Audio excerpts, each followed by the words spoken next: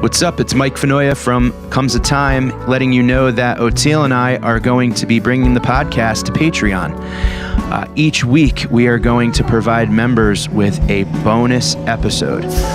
And what we talk about is going to be up to you. That's right. Members can send in their questions, stories, topics that you'd like to hear Oteil and I chat about, and we'll shout you out and take your questions each week.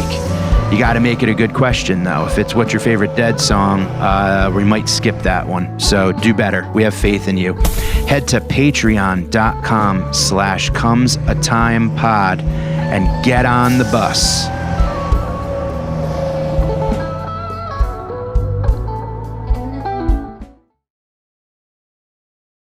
Hey, welcome to Comes a Time podcast. I'm Oteil.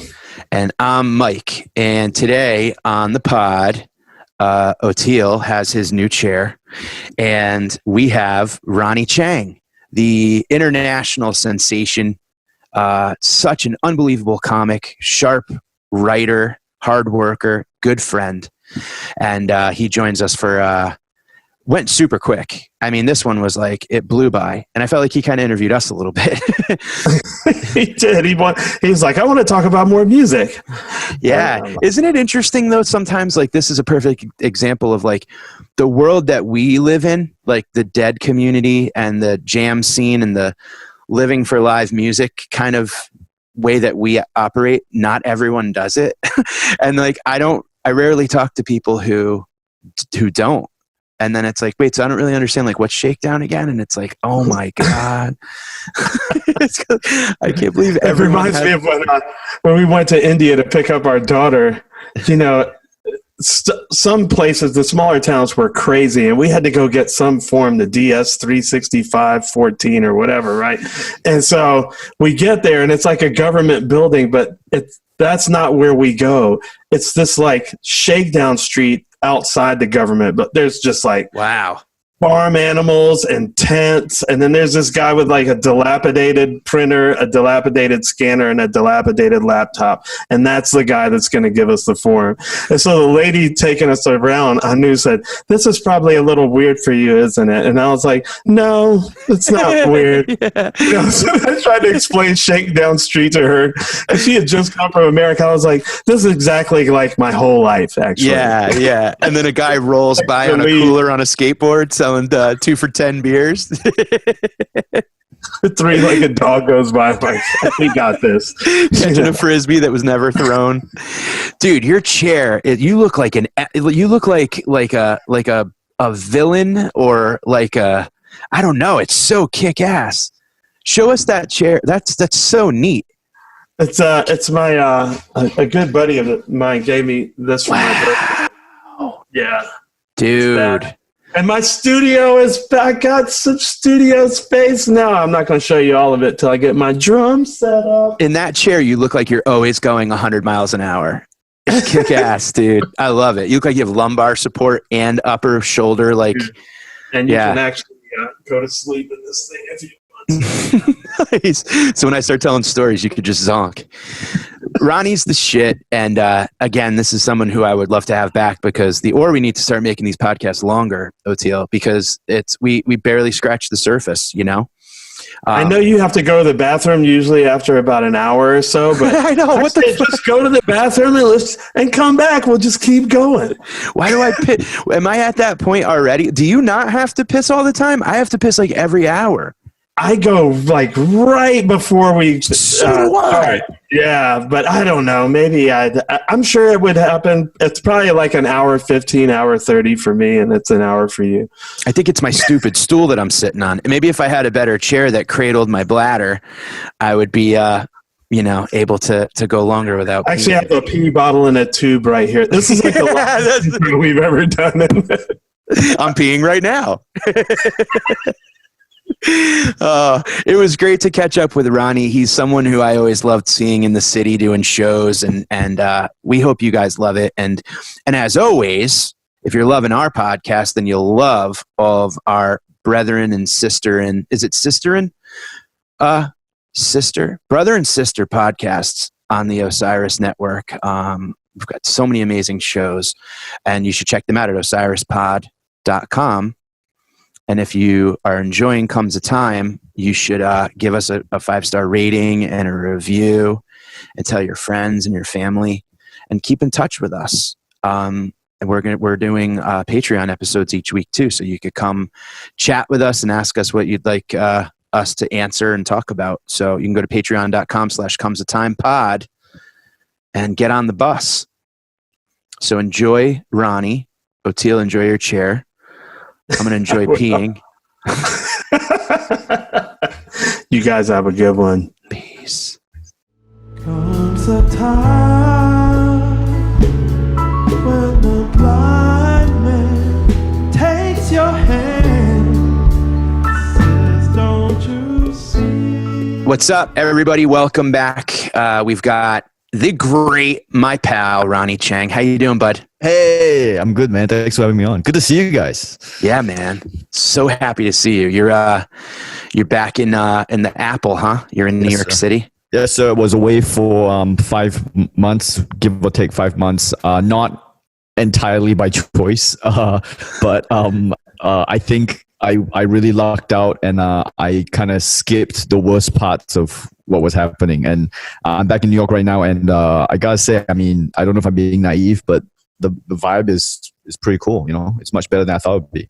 When you read the news from outside America, when you see the news, it's like end of the world. Like it's not every day is like this thing is over. But then you know when you're on the ground and you can feel the vibe of the people in the city, and it's a lot more hopeful than what's on Twitter.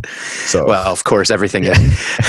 Have you been going like full blown into New York, like riding the subways, like doing restaurants, the whole nine? Yeah, so I've been not on the subway. I mean, I guess we all have our weird things that don't make sense, right? Like, so I'm eating in restaurants, not inside, but at restaurants. I'm trying to support small businesses because I feel like all these small businesses, especially restaurants, is kind of what makes New York special to me. So I'm kind of trying to help them keep going. So I'll do that, but I won't. I'm trying to avoid the subway, but I think I've been riding the bike up and down Manhattan, which even before the pandemic, local tip, the bike lanes in Manhattan are the secret resource. Manhattan, it's a secret resource. It's how you get up and down, and it's if you do the ones which are separate to traffic, it's safe. The ones cross town, that's crazy. You know, that I can understand why you'd be nervous about that. But there's ones where the bike lanes are totally separate to the road, and I think that's it's a hidden resource in Manhattan. So I've been doing that. But I got some shows in Brooklyn on some Brooklyn rooftop, so I might have to take the train to get that. So Jesus, yeah. It's weird, Oteil. Like comedy has essentially become like you do it next to a dumpster at a diner in Astoria, Queens, or you do it on a roof of a bakery in Brooklyn and in the middle of Central Park. Yeah. Have you done any of the park shows? Or yeah. So I didn't know what to expect. I'm just kind of looking for gigs to do, and some people were doing Stand Up New York has been doing a lot of shows in Central Park, and so I went to do that and kind of expecting the worst because we can talk about this. Like as a musician, you know, like. Anyway, I'll finish the story. I did the shows in the park, and they were great. People really wanted to be there. The sound is terrible, but and you can watch people, because I watched the show from the back. People really straining to hear, you know, like in a bad way, but in a good way, because people are like, they want to be there so bad, and they're there to listen. So it takes so much attention to listen. Yeah, that in that sense, it's a little bit, you know, that's like a good thing, I think, because normally when you perform in a park, as you know, I've done music festivals, because in Australia and the UK, when we do comedy in the UK, there's this real culture of music festivals, outdoor music festivals, and there's a culture of doing comedy at these music festivals. It's hard. And I think this is a Paul F. Tompkins joke, but it's like there's something about music before comedy that makes people happy and in the mood. There's something about comedy before music that makes people lose their minds and go crazy, and people get angry because they're like, we're here for music, we're not here to listen to this guy, you know. And so like sometimes at outdoor music festivals, trying to do stand-up comedy is a crazy proposition, you know. So wow. Hang on, Ronnie, one quick sec. I guess Oteil's kind of frozen. Can you hear me? I can see Oteil. Yeah, he's not. Yeah. frozen. Oteil, can you I hear can't me? see Ronnie, but Eric is saying it looks good, that he's good. Now Yeah. you came back. Now I can see everybody, and Oh, everybody's all on. right, cool. Yeah, because you looked so serious, Oteil. Yeah. Well, mine completely. Everybody went away, Oh, and it really? like, Okay. and then it came back, but you were frozen, and Ronnie was gone. Well, And that's now I the can world. see you guys again. This is the perfectly imperfect world we're living in now. Everything is weird, man. It's just trying to do these things and talk to people. In the beginning, Ronnie, I got asked to do a couple of Zoom shows, and a couple of them were for charity. And I kind of followed the path of the musicians that I love, where I said, here's a really crisp video from 2017, 15-minute set at Gotham, and I talked it up. I'm like, Sarah Silverman went on right before. It was a show called Comedy Juice, Enjoy. And that felt better to me than trying to put aside my anxiety and my fear and be like, hey guys, so what about ibuprofen, huh? Just try to make it. I agree. I think there's fundamental differences. I mean, Oteil, I don't know if you can speak to this between music and comedy. Like, you need to be active for comedy. You need to be active. Music, you can kind of enjoy passively, and but I think with comedy, you really need to be listening. And so it's a different proposition on Zoom. And I've been very spoiled in that I've been turning down Zoom shows. I mean, some of them, colleges or corporates. Right. And I've been pitching them like, hey, let's just do a Q&A. It'll be way better. Q&A, as opposed to like straight stand up. And people don't understand, they don't get like, you can't do comedy in any situation. In fact, you can only really do comedy in one situation. There's only one. You need a stage, you need a proper light, you need a light. Like, the low you can't ceiling. like for example, there's people out there, and no fault of their own, but there's like corporate companies who sometimes they're like, yeah, just do comedy literally in the boardroom, no microphone, under fluorescent lights. And that's a crazy idea. I'm saying that to you guys, and you guys are like, that's insane. But for them, they're like, no, that's that you could do that. That's a possibility. And it's very hard to explain to them why that's not a possibility, especially when the money gets high enough and you're like, damn, dude. For years we bombed for free. Sometimes we pay money to bomb. It's like, you know what? I'll bomb for money if so, and then it becomes this weird what am I, that's how you start hating yourself. But you almost want to tell that CEO that hired you, like, sell a deal in front of 400 people. Yeah. Exactly. You want me to do comedy in your boardroom. You take a rejection in front of 600 drunks and see how you like it. Right. Music is something that, I mean, Oteil, what's the worst like music gig, if there is one, that you've done where you had to like, kind of the depressing ones for me always, like, and these are way back in the old days, where you're playing like somewhere that there's not really, they don't care that you're there. So it's like a sports bar. People start cheering wildly, and it's because someone made a 3-pointer, or, you're like, oh yeah, you finish playing, nobody claps. You just, it's like, why don't you just get Sirius XM or something and run it through the speakers, but they want you there. And it's kind of disheartening. But, I guess we all got to go through those. Combat gigs is what we I'm the guy who whenever there's a live musician, when they stop the song, I'm always applauding. Even Me if too. I always even one other person would which is even more depressing for them. But then you're like, thanks.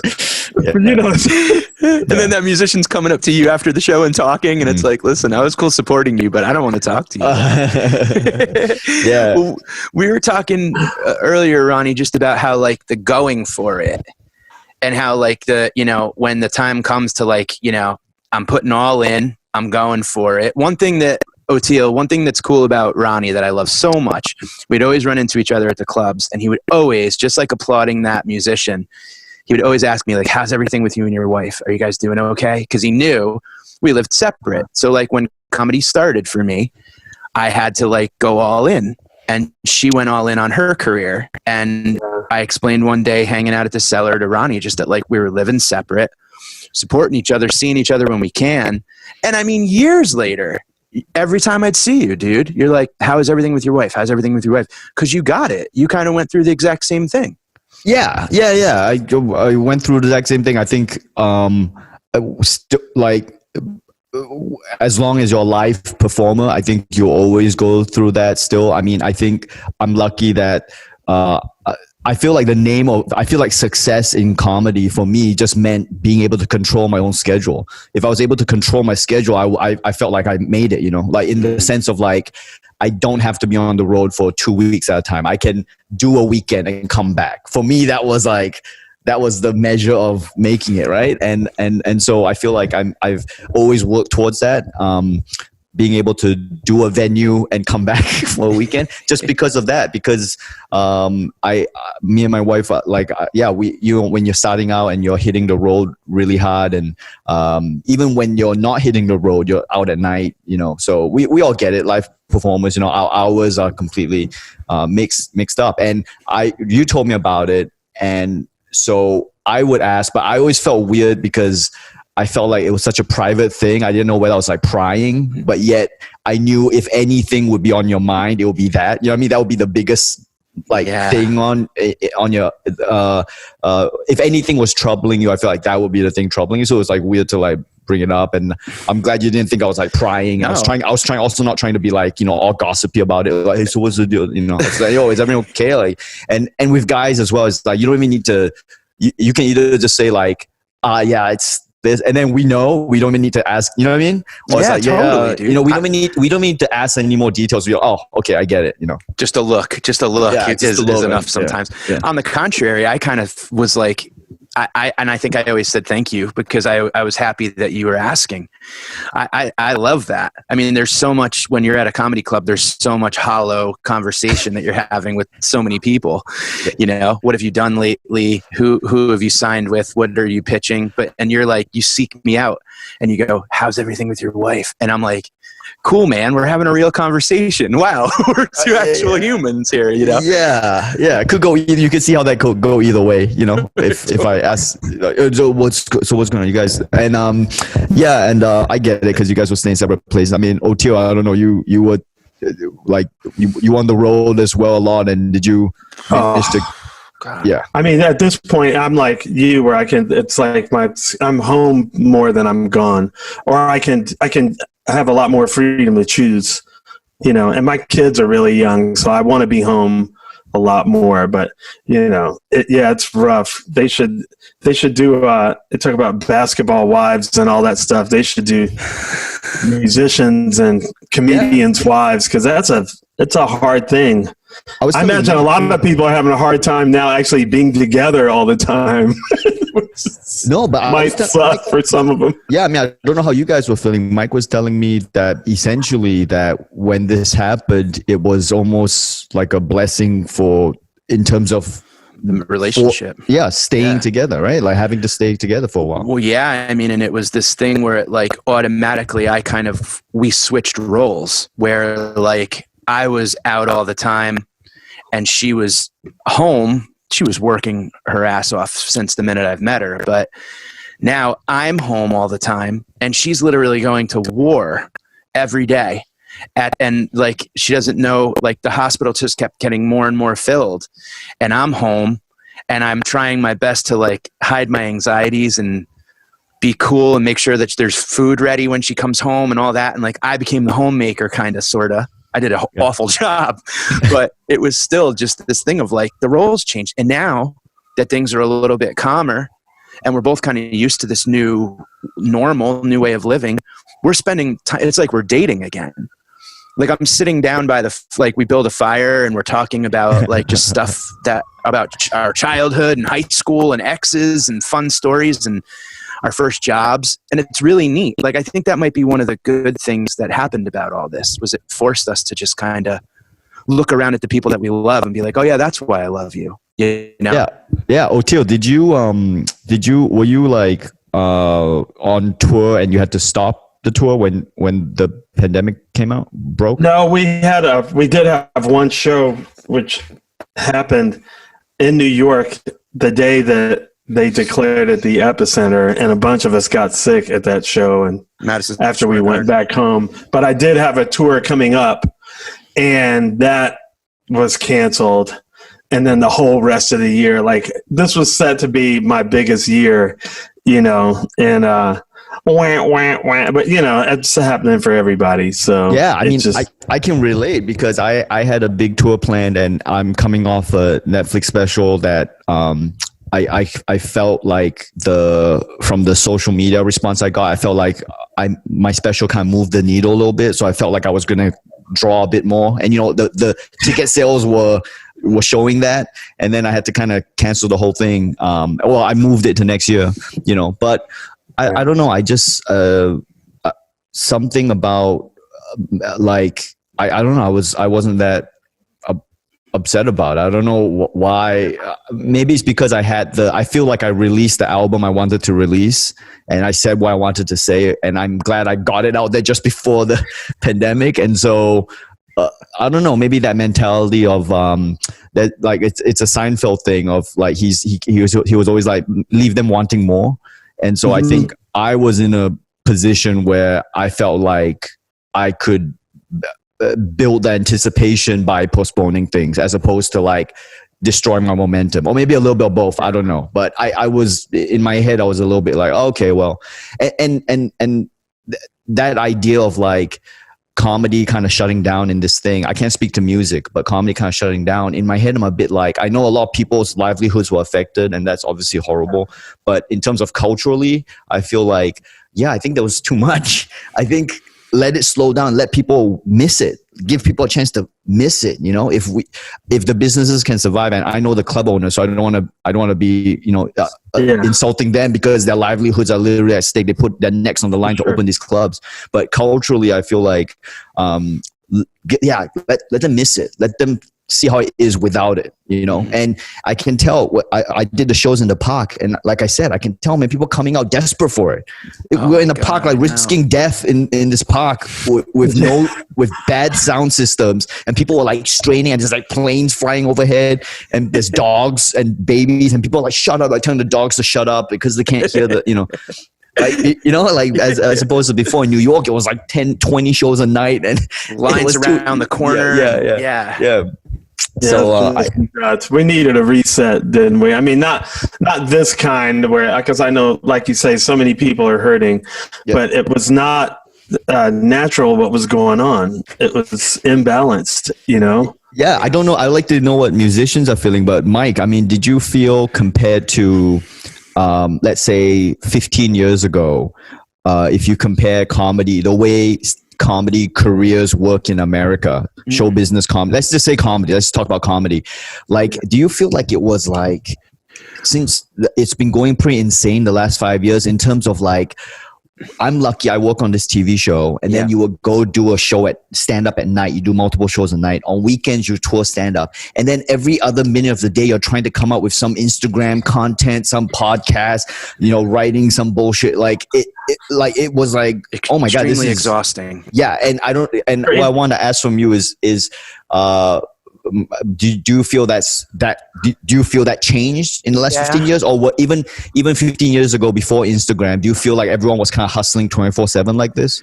Well, yeah, I mean, I'm like 11 or 12 years in, so I'll go from where I started. I would say that like it was a lot of, I worked for a TV show too, and I went and did stand up every night, and if I didn't have a spot, my anxieties would keep me awake about that one. If 16 out of 18 days were full, the 2 days that weren't full kept me up at night. And it was like, who do I need to email, and how can I get more work? And I'm going to become obsolete, and it doesn't matter. I'm not saying anything why can't I write more from my core?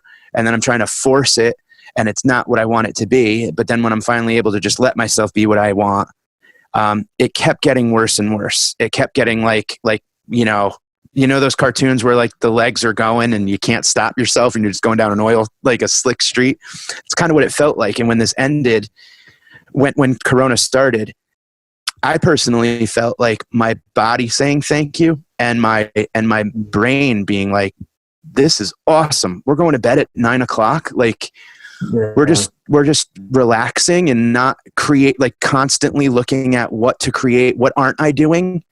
And I think definitely it has gotten, as social media has gotten bigger and bigger and more, I mean, if you're not, I mean, Ronnie, we see there's comics that, make Instagram stories. Their entire life is cut up into 19-second clips. And it's like, I don't want to do that. I can't do that. Yeah. I don't care enough to do that. And if that's what this is going to be, you can have it. Reminds me of like a shark that it's like a great white shark that never stops eating, like eats 24 hours a day.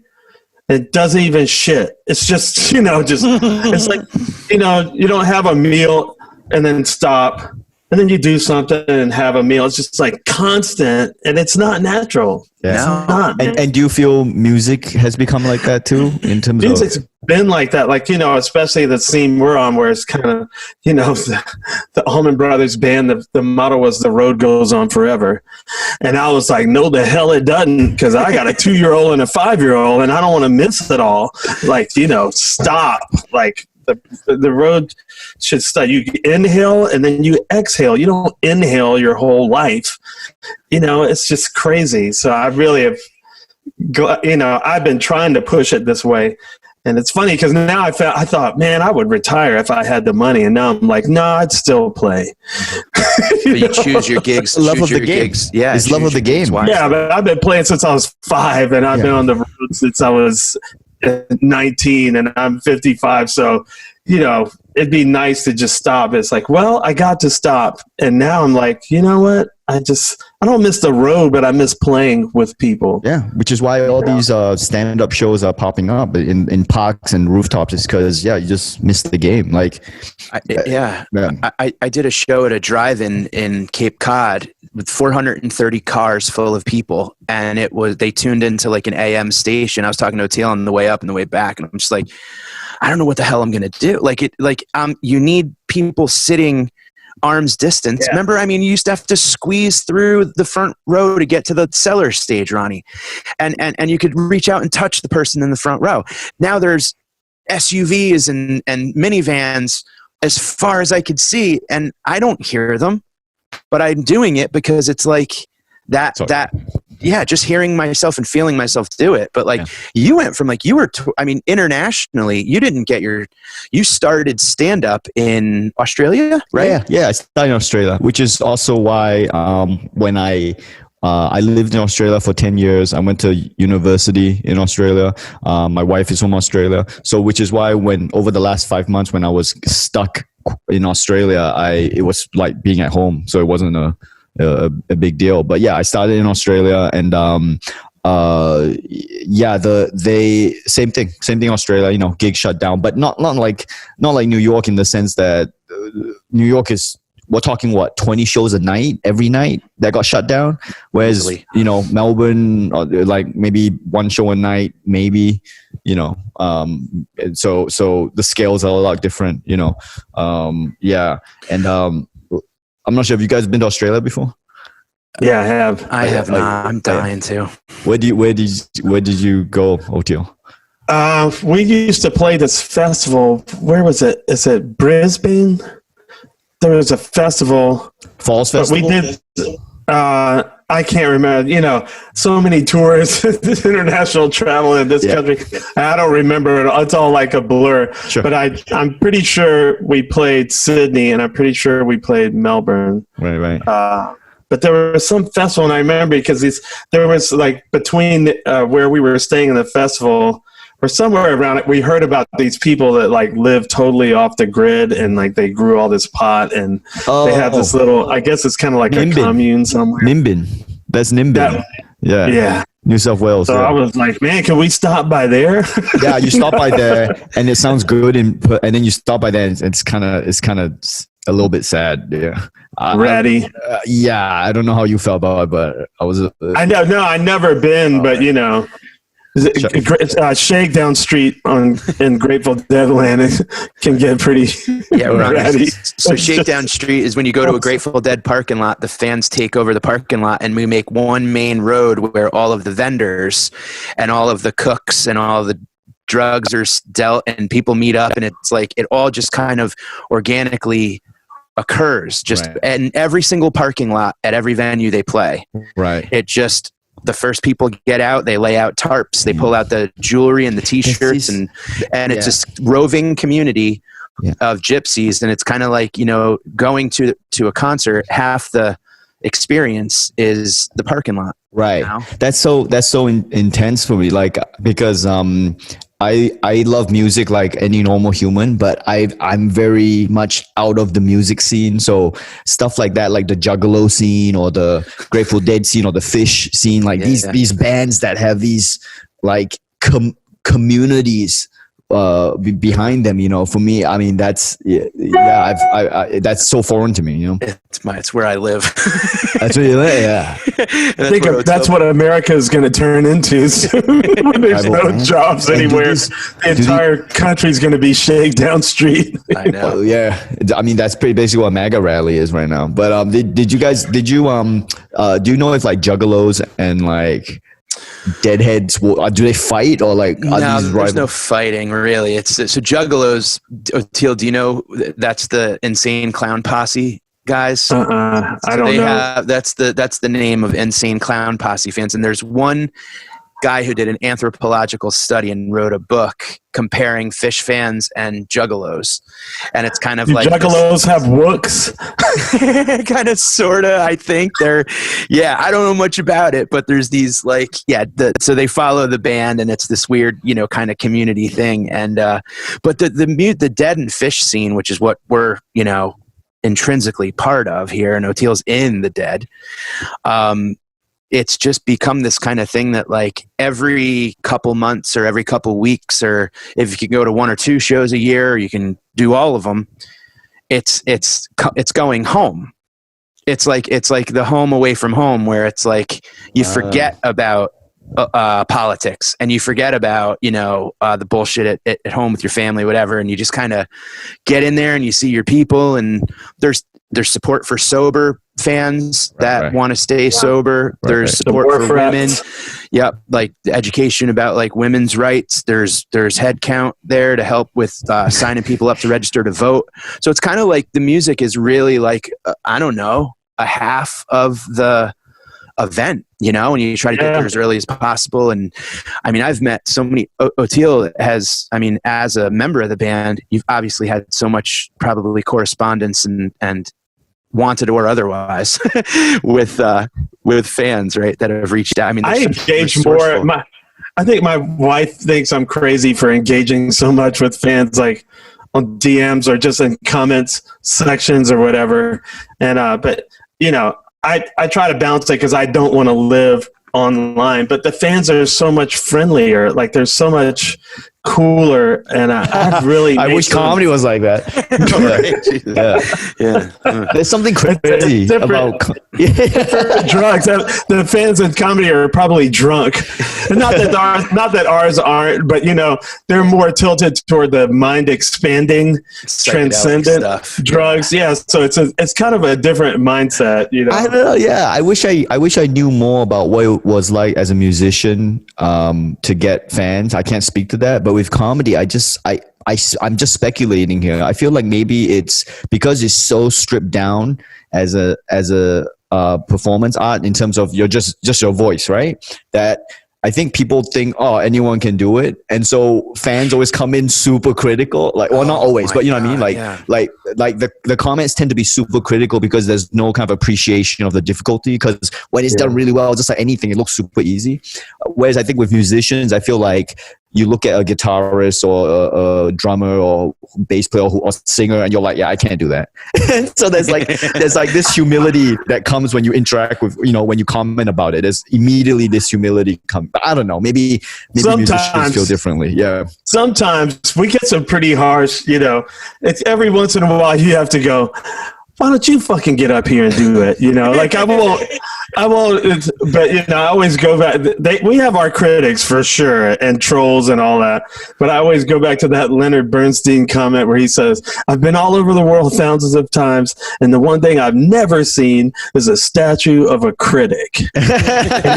Yeah, that's great. Yeah. I love that, and Mike knows I'm all about that. I know, I love it. Every day I'm just shouting down these, And one thing I did over the pandemic, which is kind of related to this, is I deleted Twitter from my phone.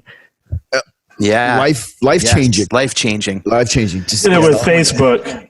I don't engage on Twitter, so I don't post. Yeah. I very rarely even I use it as my news because I don't watch mainstream media. Yeah. But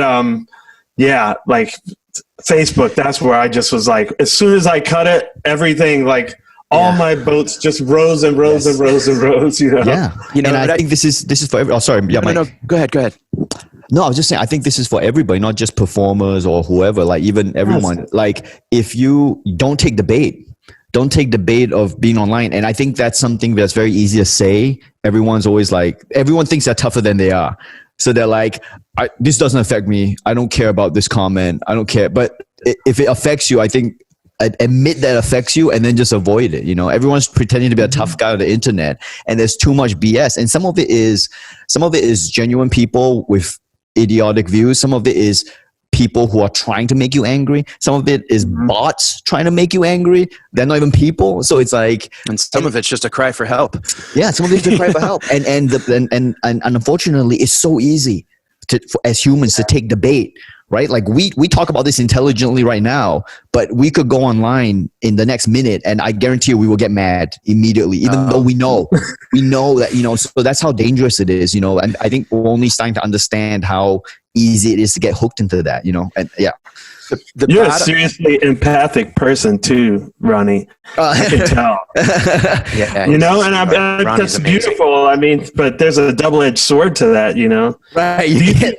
Do you think coming from, because it said you were born in Malaysia, I read. Yeah. And but then you went to school in Australia, and then you're Asian in an American environment. Do you think feeling kind of an outsider gives you more empathy? I don't know. Do you feel I don't know if being an outsider gives you more empathy. I just think I like to think part of it is being self-aware. I think being self-aware makes you a good comic, right? Because then you can call out BS, and you can call out your own BS, and you when a joke's not working, you can be very honest with yourself, that didn't work, self-awareness, I think is important to cultivate. I just love your take on, because when I was watching your special, with all the racial stuff going on, it's okay, so here's America, white, whatever, this century, the perspective from an Asian perspective, and it's just it's a different lens, but it helps you helps me be more objective about America, seeing it from your perspective. You know what I mean? Or someone else. Yeah, thanks. It's just thanks cool. It was really cool. And I also hope it's letting people know that we are all irritated by the same things. You know what I mean? We're Asian people, black people, white people, we all we can unite behind our irritation at this stuff. It's not. Yeah. We all hate mosquito bites. Yeah. My favorite thing was the Asian Happy New Year. Oh yeah. It's get rich. I hope you get rich. Yeah. Thank you for being a part of Comes the Time podcast. It's an honor to bring this to you with my pal Oteil. Enjoy. Hi, Oteil. Hi, Mike. Wow, you sound fantastic today. I feel fantastic. What's making you feel so fantastic? I don't know. Everything feels so clear and maybe it's our new throat spray that we got when we got our first new sponsor. Ba-ba-da-da. Choir Throat 37. All natural. Let's see what it's got in here. Echinacea, cool green tea leaf, elderberry, thyme herb, red clover, myrrh, kelp. How much more natural could you get? I mean, I don't think you can. And it's in this amazing little spray bottle, and it doesn't numb your throat. It just gives you that nice, mellow feeling. And as you know, professional podcasters now, and a comedian and a singer, an amazing singer, and an okay comedian. Amazing comedian. Thank you, Oteil. We have had that where you're on the road or you're feeling raspy and you can't get that nice feeling, that nice smooth feeling. But Clier has created an incredible product and it works. And now Comes a Time listeners can get it at home 10% off Throat 37 at clier.com/throat37 with promo code TIME. That's CLYOR.com/throat37. Promo code TIME. Try it out. I did, because when I podcast, I do this, and so it makes it better when I do this. Enjoy it, and thank you for listening. And go support our sponsors, Clier. And remember, Comes a Time is part of the Osiris Media family. You can catch all the Osiris podcasts on osirispod.com. Well, and you know what else too? It's kind of like that whole cream rises to the top thing too, Ronnie, because like in watching you do stand up, whether it's New Joke Night or whether it was a set at the Cellar or wherever we're running into each other, you're extremely disciplined. And it seems like that's something that goes throughout your entire, like I noticed a lot of the videos that like you're training in martial arts when you're not, like that's like the videos I like seeing of you was like you just after a workout just spent, and it's like, see, that transcends the different things you do. And I feel like when you got that like drive and that initiative, you're going to make that marriage that's across international waters work. You're going to make that joke work because when you're getting on stage, that the time you have is important to the quality of that bit. Just let so it seems thanks, like you man. put 100% into. But it's evident. You watch you do jokes, and you're saying, and nothing against any other comics, but there's certain comics you watch, and you're like, yeah, that's 17 years old. Oh, right. That's yeah. Like I always think I could be working. I feel like I'm the laziest guy at the Cellar. So I mean, that's we what all have it, man. Yeah, I mean, that's what being in New York is, and that's the reason why I want to come back so much is because I feel for most things, but let's just talk about comedy again. Like, man, it's the competition here makes you really you're always surrounded by people who are better than you, funnier than you, and it for me that's a driving thing. I get some people, I guess that can be discouraging, but for me, I'm just like, damn, these guys are so good and they're working so hard, and that like you have to. That's what it takes to like. I wish I could be 10% of some of these guys, like and so I don't know, like I feel like that's more being in New York, and we're in New York, and that's what you get out of being here, and we're lucky to be performing in these places where it's people at the top of their games, and you got to bring it every single night, and it's. And do you know what's sad is that I distinctly remember last year I was walking down the streets of New York, and I was on the Daily Show all day. We were writing, we did the show, and that night I was running around Manhattan doing 4 sets, and I remember at one moment I was like, man, this is the dream. And then the back of my head was like, this is too good to last, right? And then quickly I did that Tony Robbins thing of like, nah, you're just being negative. Like, there's no way this can end. Like, you're just putting yourself down. And then it fucking ended.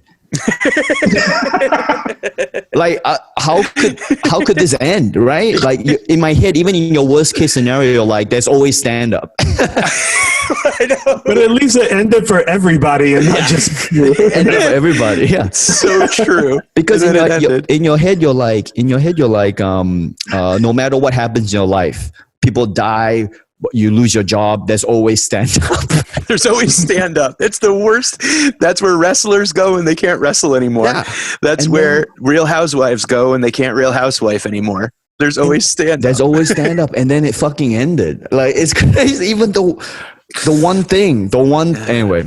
So that's hilarious. I hope it comes back. Is all I'm pretty hopeful. Yeah, I'm pretty hopeful. Yeah. It will. I was telling you've been there for me, Oteil, during this whole thing. Oteil and I talked, Ronnie. I think that it was important to have like a couple friends that you can like really rely on during the past couple months that were like in and out of comedy.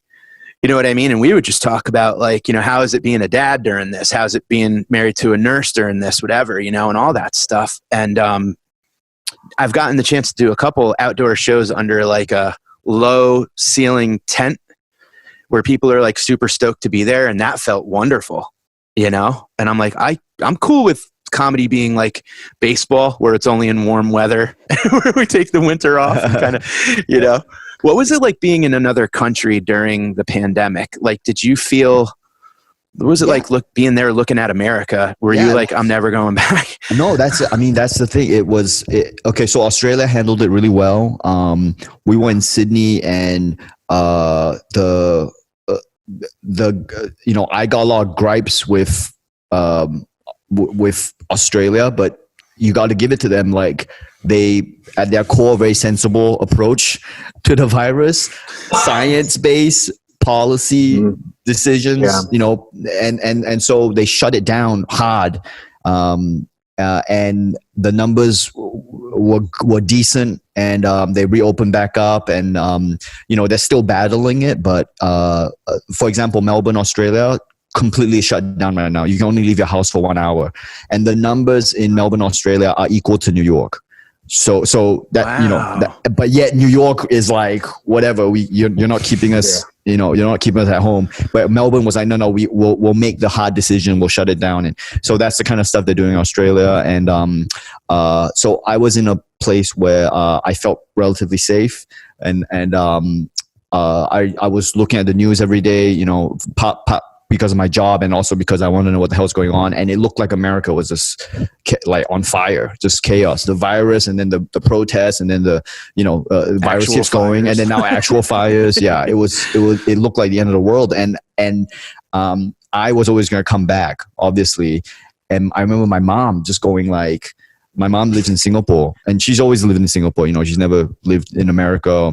Well, sorry, she went to college in America, but she left after college. And she told me, she asked me like, why do you want to go back? She couldn't understand, why someone would want to go. And that's, can you imagine for as long as I've known America, it's been a no-brainer to go to America, regardless of your social economic position. You could be a white Australian billionaire, and you still come to America. Literally, Rupert Murdoch came to America to do the news here. Like, it doesn't even matter what your race or how much money you have. Coming to America was a no-brainer. And now it's like, why would you go? Like, look at it, and you just had to I'd tell my mom, like, because you can tell dick jokes for money here. And that's what it is. The dick jokes are worthless in Singapore, but here you can make $10 an hour. You can make, you get 2 drink tickets, Mom. You can get $10. Worth a lot less. Yeah, and so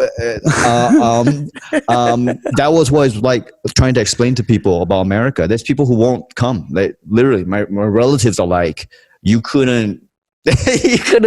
There's nowhere I go. Zero chance that you go. So if I didn't have 2 young kids and I'd be worried about them getting their heads blown off in school and kindergarten, I would be the same way. But even having grown up here, I'm still like, I don't know, man. I think I'm just waiting to see like how it's going to shake out, because I might have to bail too, temporarily. I'm sure I would come back, but I got these young'uns, man. I don't want them catching bullets. it's real simple. Yeah, it's crazy. It's some of the shit we put up with, man. It's crazy. Some of the shit. And I think this isn't that original an idea, but I really think that Americans could benefit from mandatory, like, you have to live in another country for 6 months. Wow. Just to see it, so that there's some, because I think America culturally has no point of reference for any other country. Exactly. Whereas every other country, we get American culture. Okay, we don't understand the nuances maybe, but we see New York on TV. We see the president on TV. Like, we get the music. We watch a lot of the American music. So like, we have a point of reference for America, but America has no point of reference for anywhere else. And so what happens is that they, like, if you live here, you think that this would be the only way to live. Whereas if you go to Australia and you can say like, yo, white people can do universal healthcare and it's fine. It's not communism. It's, you know, like you can and they have short memories too, because it wasn't this way. You know, some things weren't this way 40 years ago or 30 years ago or 20, you know, like things change and then we have such short memories. I'm like, you do know it didn't used to be like this, right? You know, like guns in school. Brutality part, that's been all, yeah, but kids getting shot up in school, like, I'm like, I did not have to worry about that. We did the nuclear power drills, right. You know, but after the Cuban Missile Crisis, we were like, okay, they established the red phone thing. Like, they're not going to go crazy. You know, this is just literally a drill. Yeah. But, you know, the kids now in schools that are having to go through these drills, they got to go through therapy for this stuff. And they don't. Oh, my God, yeah. Like, my kids are not going to go through that. If I see that it's unavoidable, I'll leave. I'm sorry. I've been to a bunch of other countries. I'm like, you know. But that's the thing, right? Sorry, Mike. Yeah. No, it's just an interesting question to have to parents that I've talked to a bunch of parents that are, you know, they're kind of like, we really want our kid to be socialized right now, but we also realize there are a lot of parents that are forcing their kids to live out their ideals and make them go to school and be unsafe to teachers, other kids' parents, maybe someone who might be compromised at, like, you know, in the lunchroom or the bus. And it's like, it's not about the kids at all right now. And that's the scary part. That's really what terrifies me, is that it's just not at all about the kids. Right. You know what I'm scared of coming up right now is, and this is pandemic aside, take the pandemic out of it, but just your kids on a sports team. And then you got the crazy sports dad, and maybe that crazy sports dad is also a Trumper, and it's just like, okay, I just like have my kid not play sports because this guy's nuts and his kid's miserable because it's just a game. This guy's all wrapped up. It's like the drunk dad from the 80s.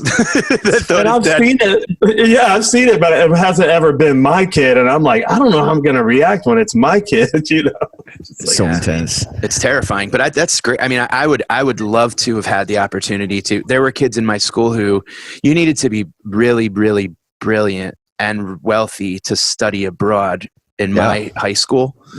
And I was neither. I took woodshop quite often, so you couldn't go to, you know, Japan woodworking is really. I would have loved that. Yeah. I would have loved that. The fine art. I would have loved. I would have had to pay for it myself. Yeah, but if they went, I just feel like if they went, you know, and doing the Daily Show, I get to film field pieces all around America, and I'm no expert on America. I'm just saying I get to meet a lot of, you know, red state people, whatever that means, and you know, big Trump supporters. And sometimes I'm just like, and they're friendly, you know, they're friendly people. And I'm just like, man, if you had just seen, if you had just been able to go and see how other people live, you would have a different perspective that, you know, probably it might be, you might have better ideas, you know, of ways of doing things, or even a bit more sense of community or whatever it is. Empathy.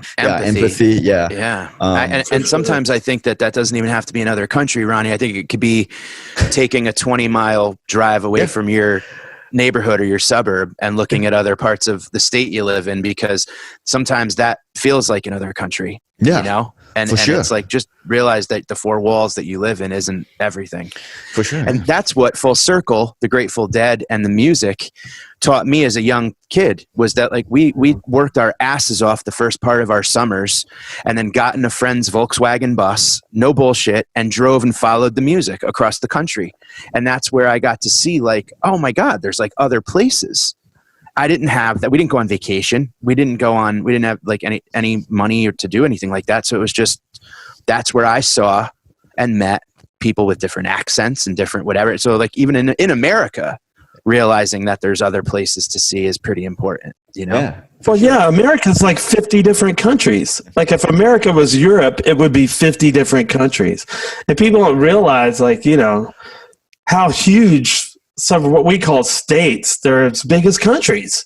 Yeah. With all different economies and different, like, you know. Yeah. I guess that is good. That's one good thing from being on the road so much. I guess I can look at that. I did get to see so many different things, just traveling America. I've done 48 states so far. Still haven't done Alaska and Hawaii. Yeah. I haven't done Hawaii. Oh, you got it. My mom told me, she said, make sure you've accomplished everything you want to accomplish in life before you go. Because once you get there, you'll stay.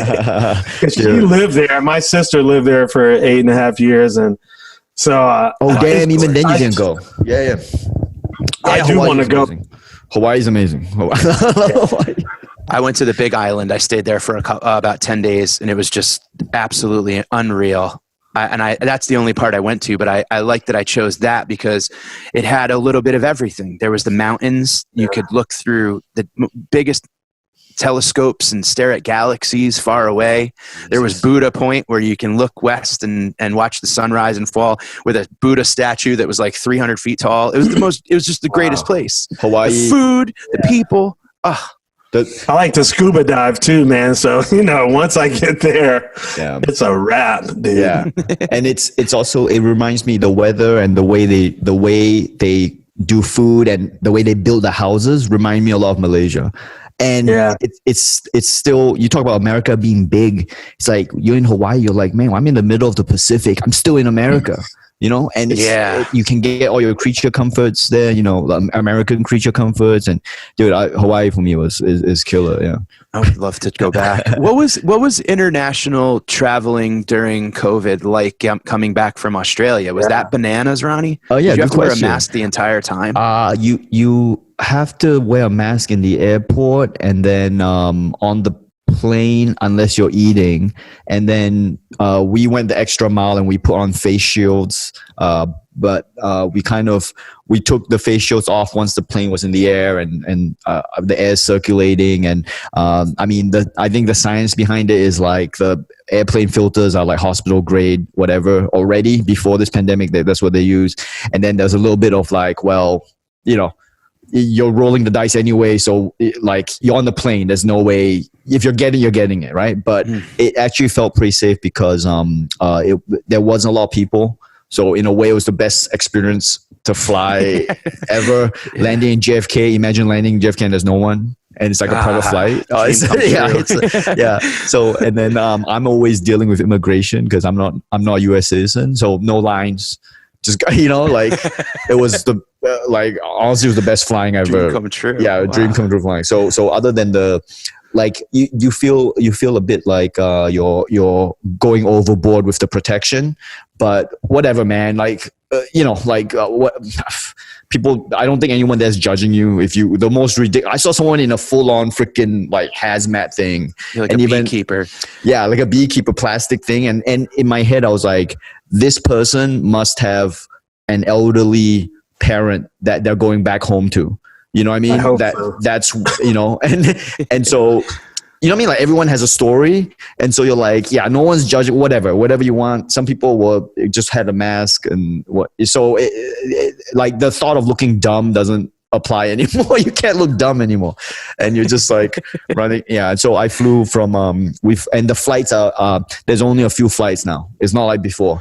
If you want to go from Australia to America, like there's really just like one flight. There's no options. There's one flight, and it's the old days. Yeah, you better be happy with a 30-hour, whatever the total flight time plus transit, whatever. And it's going to be going. It's not direct. It's not. You're not going to get the flight you want, and yeah. So that's kind of what it's like. But it was fine. It was relatively fine. I had no problems. In fact, I might have to go to Australia again for work in October, so I might have to go back. So, yeah.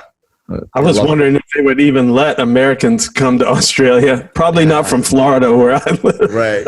I think they make you quarantine for.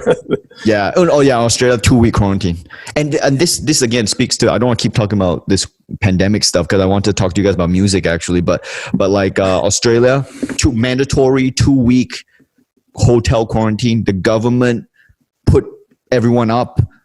Military military security guard, 2-week enforced, and then after about 3 months, when people kind of when news of the pandemic is now everybody knows that it's happening, then it became okay. Now you pay for it yourself.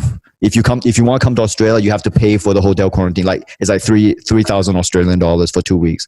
But before that, the government's like, no, we're just going to quarantine everyone in hotels, and they pay for it. And so what I'm trying to say is very efficient response. Very coordinated, efficient. Yeah.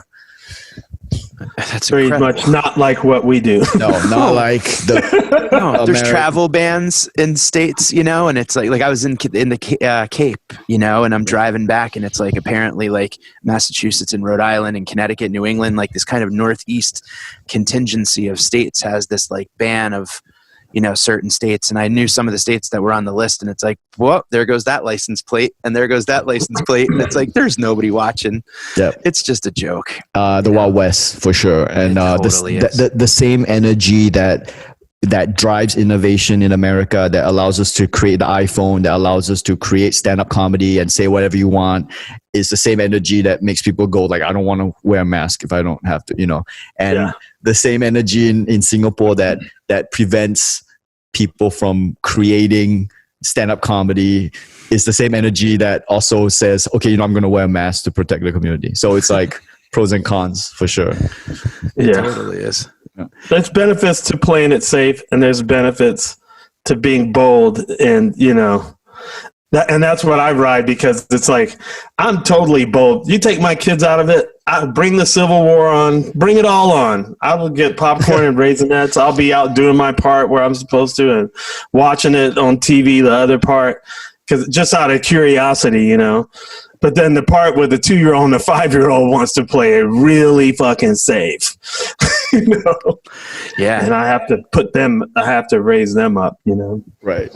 Guys, I'm sorry. I think my aircon guy is coming. Wait. Oh, no, do your thing, man. Ronny, tell everybody before we let you go, where can everybody find all your stuff and what's happening?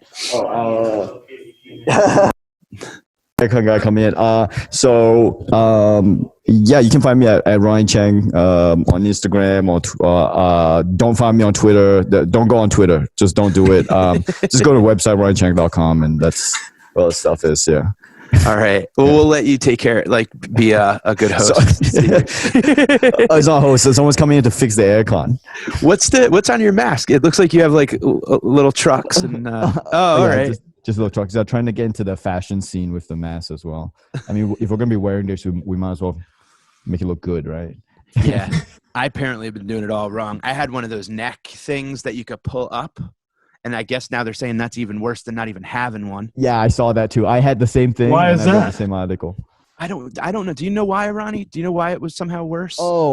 Something like it doesn't block moisture, which is the main thing you're trying to achieve. Yeah. I saw the exact same article because I was wearing that mask too. It's like a traveler scarf, right? Yeah. And I was like, we figured out how to get comfortable and look good.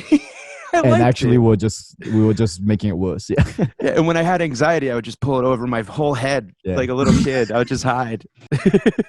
I heard if you couldn't blow a match out through your mask, then it was on the better end, like you were better off it. Uh-huh. So even with I had some of those, like I had some tie-dye neck things, and I just don't like stuff around my neck. So maybe it's the old lynching thing. No, I'm just kidding. But I couldn't blow out a match through it. And so I thought, well, this is okay. I just didn't like having anything around my neck. So glad to know that. For sure. Before we let you go, Ronny, what's production like as far as now? Because like with the show with the Jokers, that was kind of like, we had to put the hold on everything. What's production like these days? Are you in studio? Yeah, so we're not in studio, and we're just like we're working remotely. Everybody's working remotely, and credit to the show, they figured out how to do it within 2 weeks. Yeah, they figured out how to, they adapted so quick, and that's how resourceful and talented these people are. And we just started working, doing the entire show like from our own homes, even filming. So we would get equipment and just film ourselves, and we send it to the editors, and they would edit it. So that's kind of what the Daily Show production has become. And we're a little different because we're a daily show, so we have to make the show every day. And so that was kind of like our schedule anyway. with like I've also been lucky to be part of like on-set productions, because in Australia we reopened, and on set there it's like everyone wear mask, cut down the entourage, you know, that no 50 agents for No just catering and catering is now individually served, like Yeah. you know, very strict, like don't people, they hire people to enforce the 6 feet distancing. So I don't know if you've been on set before, but there's usually a lot of like assistant directors yelling at you anyway about where to go, and so now there's like more people yelling at you to, like, you know, and it's kind of necessary because you put all these measures in place, wear a mask, do this, do that. Within 3 hours, everyone kind of gets lazy and forgets. So you need people who don't give a fuck and who are just like yelling at you. So, you know, I get it. Like, Totally. yeah. So that's kind of what production looks like, I think, right now. And honestly, I was like, the fact that we're in production is a miracle. So I know. Yeah. I can't wait to get back. Yeah. But thank you so much for hanging, dude. I know you got a busy day. No problem. Sorry. It's No. like Murphy's Law. Everything started happening when we were on the podcast. But it's nice to meet you, Otil. And good to see you again, Mike. Yeah, I hope You too, man. we'll have you back soon, and we'll catch up. Yeah, let's talk about music next time. Jesus. Would love to. Yeah. You got to do your homework. Yeah. Thanks a lot. All right. Later, everybody. Thank you for listening. Peace.